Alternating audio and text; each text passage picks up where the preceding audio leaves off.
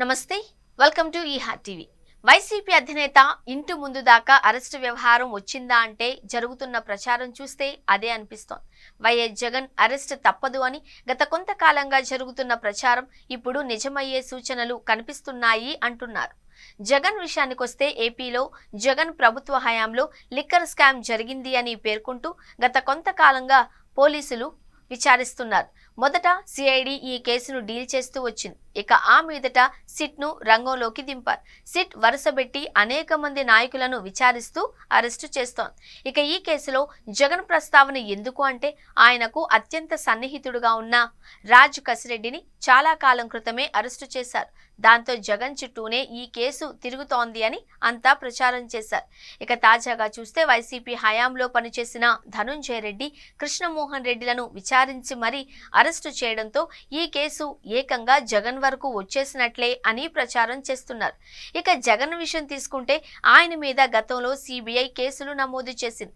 ఆదాయానికి మించి ఆస్తులను కూడబెట్టారు అనంటూ క్విడ్ ప్రోకో ఇందులో ఉంది అని చెబుతూ ఆయన మీద సిబిఐ 11 ఛార్జ్ షీట్లను దాఖలు చేసింది.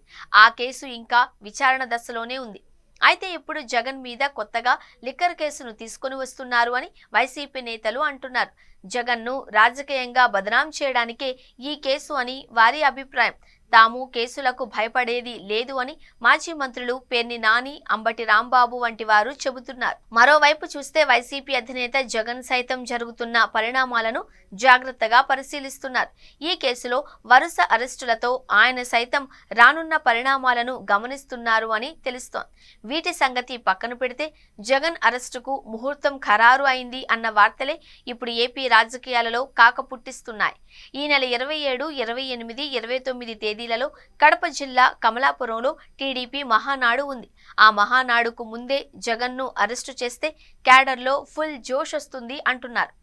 అయితే అదే సమయంలో జగన్ సొంత జిల్లాలో మహానాడు జరుగుతోంది. అందువల్ల ఏవైనా ఇబ్బందులు మహానాడుకు ఈ అరెస్ట్ వల్ల వస్తాయేమో అన్న మరో కోణంలో కూడా కొందరు ఆలోచన చేస్తున్నారట.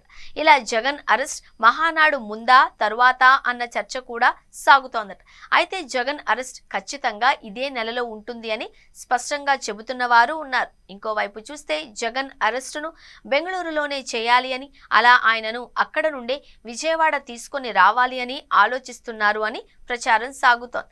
ఇక టైం విషయంలో కూడా ప్రచారం ఉంది. రాత్రి వేళల్లో అరెస్టు చేస్తారా లేక పొద్దున్నే అరెస్టు చేస్తారా అన్నది కూడా వేడెక్కించే చర్చగానే ఉంది.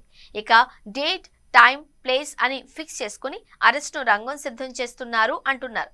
అయితే లిక్కర్ స్కామ్ లో ఈ రోజుకి సరైన ఆధారాలు లేవు అని, జగన్ను ఎలా అరెస్టు చేస్తారు అని వైసీపీ నేతలు ప్రశ్నిస్తున్నారు. మరోవైపు చూస్తే కూటమి ప్రభుత్వం అధికారంలోకి వచ్చి జూన్ 12 నాటికి ఏడాది పూర్తవుతుంది. ఈలోగానే జగన్ అరెస్టు చేయడం ద్వారా రానున్న 4 ఏళ్ల పాలిటిక్స్ ను, ఏపీ రాజకీయాన్ని మలుపు తిప్పేలా చూడాలి అన్నది ఒక ఎత్తుగడగా చెబుతున్నారు. మొత్తానికి జగన్ అరెస్ట్ అనివార్యమని సోషల్ మీడియా నుంచి ఇతర సామాజిక మాధ్యమాలతో పాటు రాజకీయ వర్గాలలో పెద్ద ఎత్తున చర్చ సాగుతోంది. చూడాలి మరి ఏం జరుగుతోందో.